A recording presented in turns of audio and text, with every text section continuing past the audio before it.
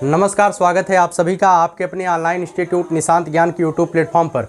मैं नितिन उपाध्याय आप सभी का स्वागत करता हूं, अभिनंदन करता हूं आज के अपने इस वीडियो पर। मित्रों, आज के वीडियो का टॉपिक आप सभी लोग जानते हैं हम वर्तमान में किस टॉपिक पर बात कर रहे हैं। लगातार यह वीडियो जो जा रहा है आप शिक्षकों के, भावी शिक्षकों के लिए यह वीडियो जा रहा है। आप सभी लोग शिक्षक बन करके देश के भावी कर्णधार बने। हमारी शुभकामनाएं आपके साथ हमेशा हैं, हमेशा थी और हमेशा रहेंगी। निशांत ज्ञान का क्या उद्देश्य रहेगा आगे आने वाले समय में, हम उसके बारे में भी चर्चा करेंगे।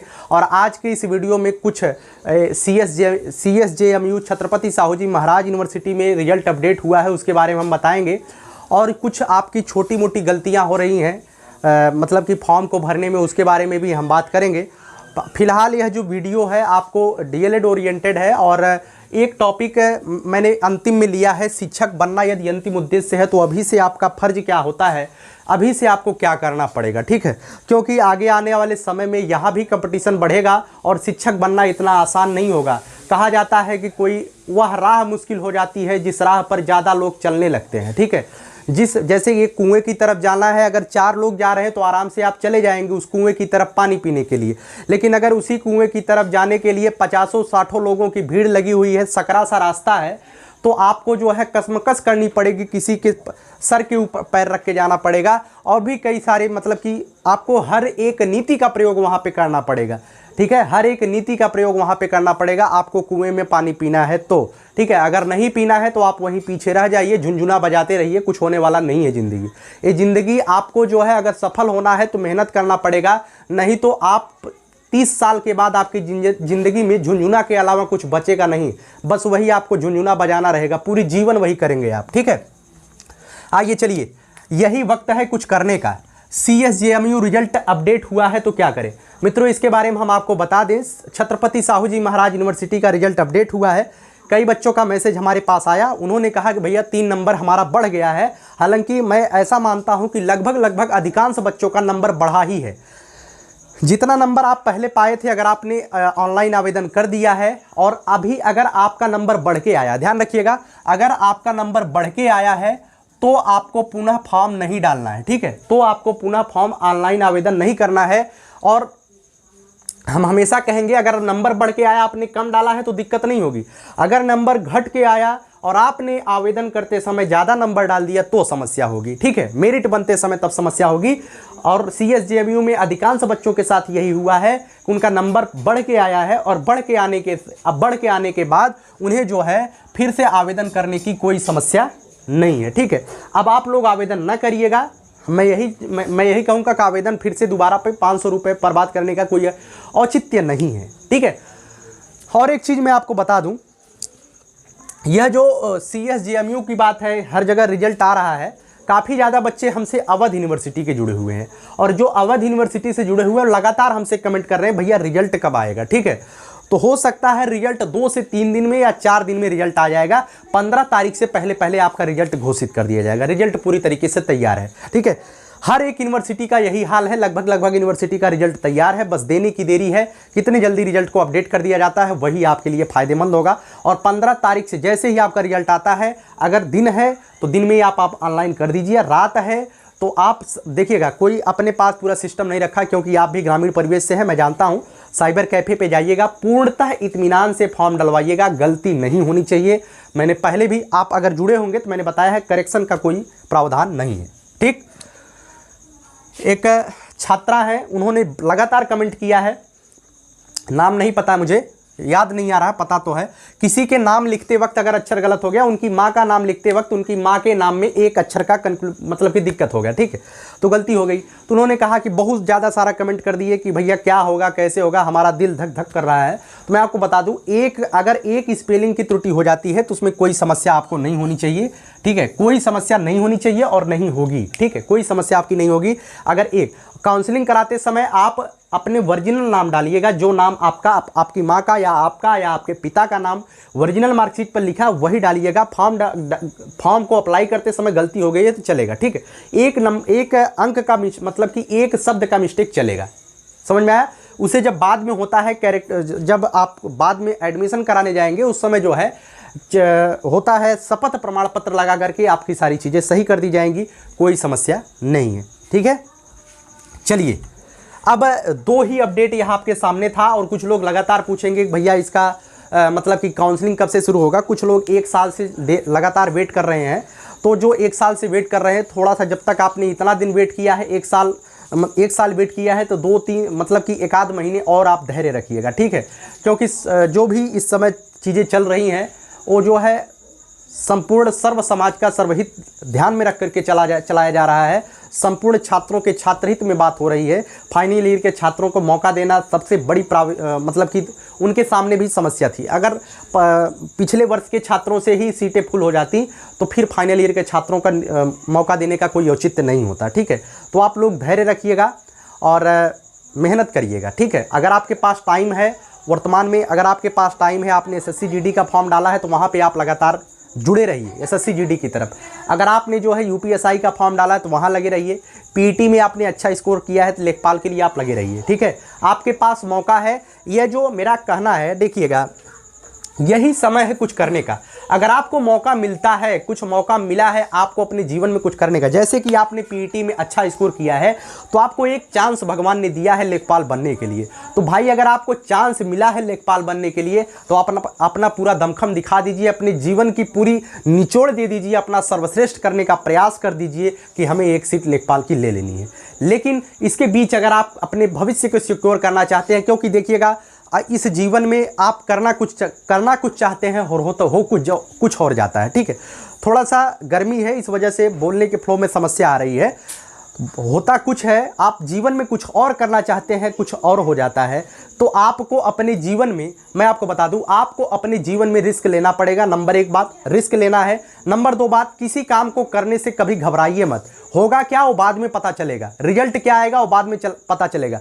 आप कोई बहुत बड़ा कांड नहीं करने जा रहे हैं, निगेटिव सेंस में आप कुछ करने नहीं जा रहे हैं, आप कुछ अच्छा ही करने जा रहे हैं। एक बच्चे ने पूछा कि भैया लेखपाल की तैयारी के वक्त BTC कर सकते हैं कि नहीं कर सकते। अरे भैया बिल्कुल कर सकते हो। BTC तोप है क्या, B.Ed तोप है क्या, बिल्कुल कर सकते हैं। आप तैयारी के दरमियान इन चीज़ों को बहुत हल्के से निकाल सकते हैं। 90+ के ऊपर आप जाएंगे, मेरा दावा है, और आप जाएंगे भी, क्योंकि A आपके साथ है, ठीक है। चलिए, यही समय है कुछ करने का। तो मैं हमेशा बता चुका कि कुछ अलग करना है तो यही समय है। 20 से 25 साल के बीच जितना आंखें आप चला सकते हैं चलाइए, जितना दिमाग आप चला सकते हैं चलाइए, जितना मेहनत आप कर सकते हैं करिए, और जितना अपने माता पिता के सपनों को साकार करने के लिए जितना कुछ कर सकते हैं करने का प्रयास करिए। 25 साल के बाद की उम्र जो होती है ना, थोड़ा सा समस्या उत्पन्न होने लगती है, ठीक। चलिए आगे बात करते हैं। शिक्षक बनना अंतिम उद्देश्य होना चाहिए। मैं ये बात क्यों लिखा हूँ, शिक्षक बनना अंतिम उद्देश्य होना चाहिए। कुछ लोग जो है बीच बीच में थोड़ा सा डिस्ट्रैक्ट होते रहेंगे, ठीक है। लेकिन मैं आपको बता दूं, अगर आप जीवन में B.Ed कर रहे हैं या DLED कर रहे हैं, जो भी आपके दिमाग में चल रहा हो, जो आपका मन कहे वो कर लीजिए, मैं इस पर टिप्पणी नहीं करूंगा। कुछ भी कर रहे हैं, शिक्षक पात्रता मतलब कि शिक्षक बनने के लिए आपने कुछ कर दिया है, कदम बढ़ा दिया है, तो आपके दिमाग में अंतिम जो टारगेट होना चाहिए, प्लान B, इसे प्लान B के नाम से लोग कहते हैं। प्लान B आपका शिक्षक बनना होना चाहिए, ठीक है। तो शिक्षक बनना आपका अंतिम उद्देश्य होना चाहिए, और उस शिक्षक बनने के उद्देश्य पर आपको डेली, अगर आपके पास अन्य प्रतियोगी परीक्षाओं की आप तैयारी कर रहे हैं तो शिक्षक बनने के उद्देश्य पर डेली मैं कहूंगा 1 से 1.5 घंटे आपको दे देना चाहिए, ठीक है। 1 से 1.5 घंटे आपको शिक्षक बनने के उद्देश्य पर देना चाहिए। आप जो है मतलब कि B.Ed या TET जो भी आप कर रहे हैं उनके सिलेबस को देखिए, उनके आधारों को देखिए, जिससे आप जो है शिक्षक बनने का जो टारगेट है प्लान B वो आपका सुरक्षित महसूस कराए, ठीक है। सबसे बड़ी बात होती है कि आप जो कुछ करना चाह रहे हैं उसमें आप अपनी सुरक्षा महसूस करते कि नहीं करते हैं, आपकी भविष्य उसमें सिक्योर दिखाई देती है कि नहीं दिखाई देती है, ये सबसे बड़ा मैटर करता है, ठीक है। तो उम्मीद करता हूं कि जो चीज़ें, ये 2 अपडेट आपके सामने थे, समझ में आ गया होगा। और थोड़ा सा धैर्य रखिएगा, सितंबर के लास्ट तक आपकी स्टेट रैंक आ जाएगी, उसके बाद आपकी काउंसलिंग प्रक्रिया शुरू हो जाएगी, ठीक है। काउंसलिंग प्रक्रिया के बाद जो सबसे बड़ी बात है, ज़्यादातर लोगों ने यही हमसे कमेंट किया कि निशांत ज्ञान किस तरीके से हमारे साथ काम करेगा और निशांत ज्ञान की रणनीति आगे क्या होने वाली है कि आपको आपकी मंजिल तक पहुंचाएगा। तो ये जो मतलब कि निशांत ज्ञान अभी फ़िलहाल के लिए केवल और केवल मैं ही इस पे जो है एडवाइस आपको दे रहा हूँ, मैं ही इस पे जो कंटेंट मैं आपको दे रहा हूँ। तो आगे जो है कुछ बड़ा करने का प्लान है, ठीक है। मैं भी रिस्क लेना चाहता हूँ, मैं भी जीवन में खेलना चाहता हूँ, तो रिस्क जरूर लूँगा, ठीक है। तो निशांत ज्ञान आपके साथ है, और हो सकता है मैं नहीं कह रहा हूँ, लेकिन हो सकता है कि अगर आप लोगों का साथ मिला तो हम कुछ अलग आपके लिए ज़रूर करेंगे। और कुछ लोगों ने कहा कि भैया आप प्रथम सेमेस्टर, द्वितीय सेमेस्टर, तृतीय सेमेस्टर, चतुर्थ सेमेस्टर का बाकायदा क्लास लगाइएगा, ठीक है। तो मित्रों देखिए, आपका सेमेस्टर पास होना आपका उद्देश्य नहीं होना चाहिए। मैंने पहले भी बताया है, बीएड हर कोई करके बैठा है, डीएलएड वाले भी आपको क्षेत्र में, आपके समाज में, खेत में जो है फरुहा लेके गोड़ते हुए मिल जाएंगे, ठीक है, निर्वाही करते हुए मिल जाएंगे। आपको बीएड या डीएलएड करना उद्देश्य नहीं होना चाहिए, आपका उद्देश्य शिक्षक बनना होना चाहिए। तो उस नज़रिए पर, उस रास्ते पर आपको काम करना है। तो कुछ लोग कह रहे हैं कि भैया आप प्रथम सेमेस्टर का क्लास लगा दीजिए। देखिएगा, बिल्कुल आसान होता है।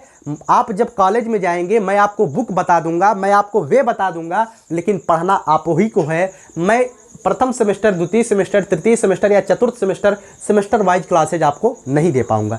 वेज बताऊंगा किस तरीके से आपको क्या करना चाहिए और आपको किस तरीके से इतने नंबर आप पा सकते हैं, लेकिन पढ़ना आपको है, क्योंकि इसमें पढ़ाने वाली कोई चीज़ है ही नहीं, ठीक है। जैसे भारत में प्रथम स्वतंत्रता संग्राम 1857 में हुआ था, ये चीज़ें आप पुस्तक में पढ़ेंगे तो आपको मिल जाएंगे, ठीक है। मैं आपके लिए क्या करना चाहूँगा, मैं आपके लिए यही चाहूँगा, जो शिक्षक पात्रता परीक्षा होता है यूपी टेट, जो सेंट्रल एलिजिबिलिटी मतलब सी टेट होता है, यूपी टेट होता है, सुपर टेट होता है, उसके बारे में अवगत कराऊंगा। और आपके बीएड या बीटीसी जैसे ही आप शुरुआत करेंगे, उसके ही बाद से लगातार क्लासेज आपको मुहैया कराने का प्रयास पूरा करूंगा, ठीक है। तो सेमेस्टर की क्लासेज मैं नहीं लगाऊंगा, मैं जो भी क्लासेज आपको अभी फ़िलहाल अकेले दे पाऊंगा, वो क्लासेज आपको यूपी टेट पर जाएगा या सी टेट पर जाएगा या आपकी पेडागोजी पर जाएगा, जिसमें मुझे लगेगा कि इसमें आपको कुछ अलग करने का प्लान देना चाहिए, कि जिससे आप जहाँ पे आप कमज़ोर हैं वहाँ पे आप मजबूत हो जाएं और आप एक सीट सिक्योर कर पाएँ, ठीक है। तो उम्मीद करता हूँ सारी चीज़ें आपको स्पष्ट हो गई होंगी। यह छोटा सा वीडियो आपके बीच जा रहा है, इस वीडियो को ज़्यादा से ज़्यादा देखिएगा। कुछ लोग कहते हैं कि आप इस समय क्या कर रहे हैं, और मतलब कि हमारे निजी ज़िंदगी के बारे में सवाल करते हैं। तो मैं आपको बता दूं, मेरी रियल लाइफ कैसी है उसके बारे में आपको नहीं जानना है, मेरी रियल लाइफ कैसी है इसके बारे में आप जानिए, ठीक है। मैं रियल लाइफ में आपके सामने कैमरे पर आता हूँ, डीएलएड, बीटीसी और अन्य सभी प्रतियोगी परीक्षाओं के बारे में जानकारी देता हूँ। कुछ चीज़ें मैं पढ़ाता भी हूँ, कुछ चीज़ों का मतलब कि विशेष ज्ञान में रखता हूँ, उसके बारे में आप अवगत होंगे कि मेरा जो जीके जीएस हिस्ट्री वाला पोर्शन है, मेरा ग्रेजुएशन उसी से हुआ है, हिस्ट्री के पोर्शन से, तो वो मेरा मजबूत है। पेडागोजी हमारी अच्छी है, इसके बारे में आप सभी लोग अवगत होंगे। तो हमारी निजी ज़िंदगी के बारे में आप उतना जानने का प्रयास ही मत करिए, क्योंकि आप बनिए, उससे बड़ी खुशी मुझे कुछ नहीं होगी। आप कुछ करिए, मैं जो कर रहा हूँ अपने स्तर से अच्छा करने का प्रयास कर रहा हूँ, सर्वश्रेष्ठ देने का प्रयास कर रहा हूँ, अपने जीवन में भी सर्वश्रेष्ठ करने का प्रयास है और आपके जीवन में भी कुछ बदलाव करने का प्रयास है, ठीक है। हमारी निजी ज़िंदगी के बारे में आपको उतना दिलचस्पी नहीं होनी चाहिए, आप खुद ऐसा बनिए कि आपकी निजी ज़िंदगी के बारे में दिलचस्पी हो, ठीक है। उद्देश्य यही है, आगे क्या होता है वो हर इच्छा है, जो भी होगा आपके साथ होगा, आपकी आंखों के सामने होगा। और वर्तमान के समय में आपको बताऊंगा, ज़्यादा से ज़्यादा स्वास्थ्य पर ध्यान दीजिएगा, मौसम परिवर्तित हो रहा है, और गर्म पानी का सेवन करिए, स्वस्थ रहिए, मस्त रहिए, पढ़ते रहिए और अपने माता पिता के सपनों को साकार करने के लिए दिल में जो इच्छा, दृढ़ संकल्प आपका है, उसे और भी मजबूत बनाते रहिए। इसी भविष्य की शुभकामनाओं के साथ मैं इस वीडियो को यहीं पर समाप्त करता हूँ। जय हिंद, जय भारत।